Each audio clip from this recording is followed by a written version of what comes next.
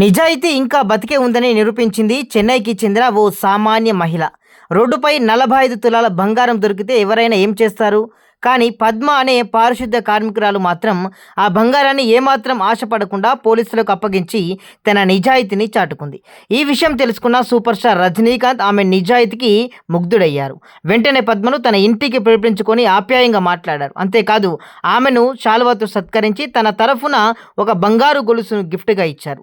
తలైవా మెప్పు పొందడంతో పద్మ ఆనందానికి అవధులు లేకుండా పోయాయి. మరోవైపు భారత తపాలా శాఖ ఆమెకు అరుదైన గౌరవం ఇచ్చింది.